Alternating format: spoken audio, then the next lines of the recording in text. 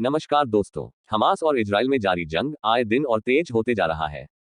बता दें कि इन दो देशों के जंग में कई देश एक दूसरे के खिलाफ खड़े नजर आ रहे हैं। दरअसल इन दो देशों के जंग में दुनिया भर से कई ऐसे देशों के नाम सामने आ रहे हैं जिनमें कोई इजराइल का समर्थन कर रहा है, वहीं दूसरी तरफ कई ऐसे भी देश हैं जो फिलिस्तीन का खुलकर समर्थन करते दिख रहे हैं। ऐसे में बता दें कि दोनों देशों के बीच की जंग में फिलहाल जो स्थिति नजर आ रही है, इससे अब एक महायुद्ध का आगाज होते देखा जा सकता है।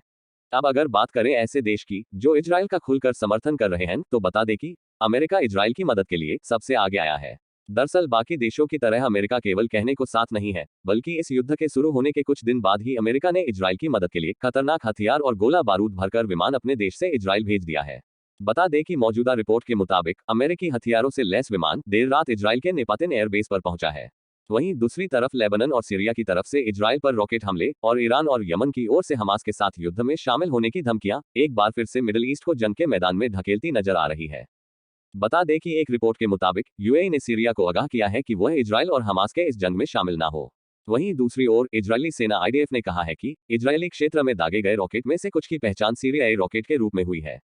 आईडीएफ ने कहा कि इजराइल के एक खुले क्षेत्र में सीरियाई रॉकेट दागे गए हैं।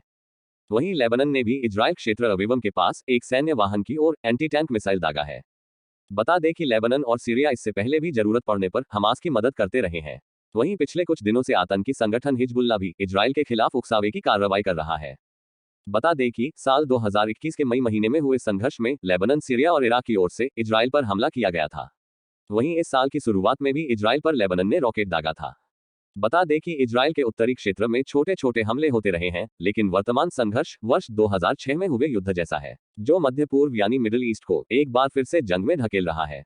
अब रही बात ईरान की, तो बता दें कि ईरान ने भले ही हमास के इजराइल पर हमले में अपनी भूमिका होने से इनकार किया है, लेकिन ईरान हमास को खुलकर समर्थन जाहिर करता है। इसके अलावा यमन में रह रहे ईरान समर्थित हुती समूह ने भी चेतावनी दी है कि वह भी इजराइल के खिलाफ इस युद्ध में शामिल हो सकता है। ऐसे में बता दें कि ब्रिटेन और अमेरिका भी इजराइल का मजबूती से समर्थन कर रहे हैं। इसके अलावा यूरोप के ताकतवर देशों ने भी इजराइल के आत्मरक्षा के अधिकार की बात करते हुए उसके साथ खड़े होने की बात कही है।